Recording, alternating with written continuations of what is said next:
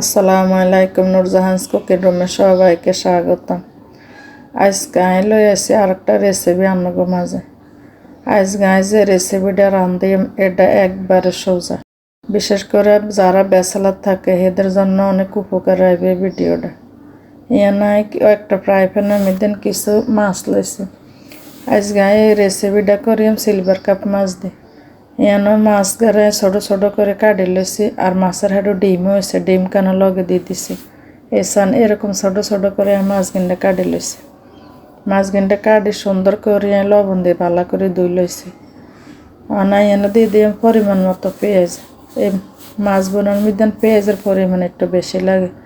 1 কাপের মতো পেঁয়াজ দিয়ে দিছি এখানে স্বাদ মতো লবণ, আর এখানে দিয়ে মাছ জালের লাগে মরিচের গুঁড়ি। আর এই মাছটা বোনা করে মাকে জাল করে 2 চামচ দিয়ে দিছি মরিচের গুঁড়ি এখানের মধ্যে। আর দিয়ে এখানের মধ্যে হলুদের গুঁড়া 1 চামচ, আর দিয়ে আদা রসুন বাটা 1 চামচ দিয়ে এখানে পরিমাণ মতো তেল। এই মাছটা যারা খাইছেন এভাবে রান্না করে হেরা তো জানেন না, যারা খান না এরা অবশ্যই খাইবেন। সব কিছু দিয়ে অনেক কিন্তু ভালো করে দিয়ে মাইলে এমনভাবে ভালো করে মাখতে প্রায় মাখার মধ্যে মনে হয় যে রান্না হয়ে গেছে। এরকম করে ভালো করে একটু সময় নিয়ে নিয়ে। আর যারা হাতের মধ্যে মাখতে গেলে জলে আনারা দরকার হাতে একটা গ্লাস পরে লইন, সুন্দর করে মাছগুন তারা ভালো করে লই। আর চেষ্টা করবেন এইভাবে মাছ বোনা করার লাগে ওগে মেলা হাইলা লইলে হয় কি রাইনতে সুবিধা, মাছের লগে মাছ লাগে না। অনেকে সুন্দর করে মাছ গিনতারে ভালো করে মাইলে হাইলার মধ্যে ভালো করে মিলে লইছে। লইন হাত ধুইয়া পরিমাণ মতো হানি দিয়ে দিম, আর এই মাছ বোনাত হানিটা একটু কমাই দিম। অনেকে কইতেন হারন যায় আপনারা মাছরে এরকম করে রাঁধেন কা। এই মাছ এভাবে যদি একবার রাঁধে খান সে মজা। দিয়ে দিছে রসুনটা কুচি করে উর্ফে দিয়ে দিছে, দিয়ে চুলার মধ্যে দিয়ে চুলা ধরাই দিছে। এরকম হাতে মাখা মাছ বোনা যে কি স্বাদ, মানে কি কই বুঝা মনে করে।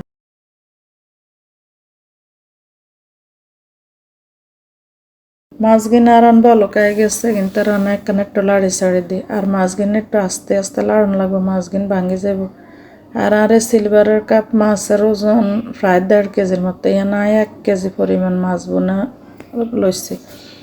ভালো করে লাড়ি ছাড়ি দিয়ে ডাকনা দিয়ে কিছুক্ষণ ভালো করে আবার জাল দিল।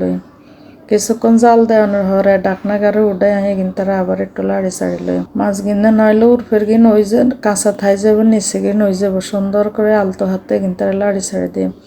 আর চুলার আঁচা কমে দেন লাগবে, কারণ এখানে ডিম দিছি নিচে দিয়ে বারে লাগে যাব। আবার একটু লাড়ি ছাড়ি দিছি, দিয়ে দিম চিকন করে কাটি রাখছি টমেটো কিন্তু দিয়ে দিই। টমেটো অবশ্যই মাছ বোনার মধ্যে টমেটো দেবেন, টমেটো দিলে এটা স্বাদ দ্বিগুণ বাড়ে যায়।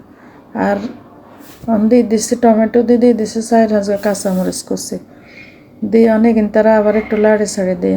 আর এই তরকারির বোনা এত মজা হয়, টমেটো চাইলে আপনারা আরো বেশি দিতেন হারে না। টমেটো দিয়ে একটু টক দেয় এখানে অল্প করে দিছি, লাড়ি ছাড়ি দিয়ে ডাকনা গা দিয়ে আরো কতক্ষণ একটু জাল দিয়ে নিয়ে ডাকনা গাড়ি উঠে নাই আবার একটু লাড়ি ছাড়ি দিই।